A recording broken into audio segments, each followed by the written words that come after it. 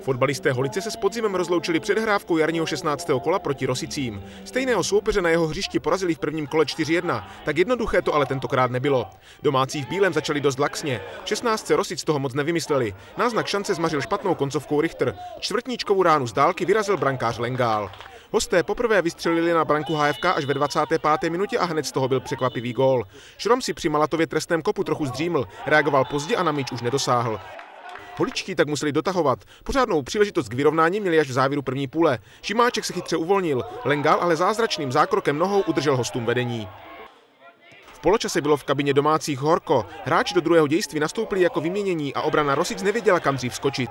Kazár levačkou netrefil branku. V 61. minutě už ale holičtí smůlu prolomili. Tégl odcentroval, Kazár balon posunul Kovářovi a domácí kapitán levačkou k tyči srovnal stav na 1-1. Tlak domácích gradoval. O chvíli později hlavičkoval Richter. Lengál opět čaroval, když na brankové čáře zabránil jistému gólu.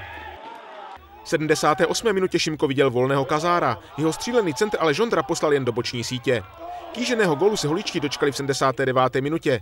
Na trestný kop čtvrtníčka si naskočil Kovář a hlavou trefil přesně horní růžek rosické branky. Výhru mohl v závěru pojistit Tégl. Nejlepší hráč hostů Lengál ale konečky prstů jeho střelu vytěsnil do autu. Holice tak díky střelecky disponovanému Kovářovi porazila Rosice 2-1. Čekali jsme, že to bude lehčí, byl to nakonec boj a nakonec jsme to urvali nějakou silou a možná i štěstím.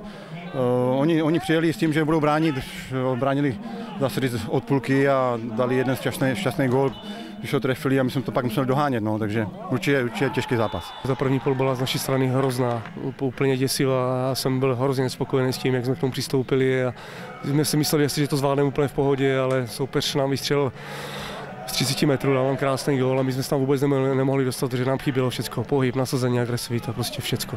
Co se stalo v kabině, že jste to potom úplně zvrátili a ten obraz hry vypadal úplně jinak z vaší strany? Tak něco jsme si tam řekli, jak budeme hrát druhou půli a myslím, že se to potvrdilo, dali jsme vlastně 2 góly, Kovy dal krásný 2 branky, takže zásluha, že jsme vyhráli. První HFK se díky výhře odpoutal od svých pronásledovatelů. V tabulce Moravskoslezské ligy přezimuje na prvním místě s náskokem 5 bodů na druhý Frýdek Místek.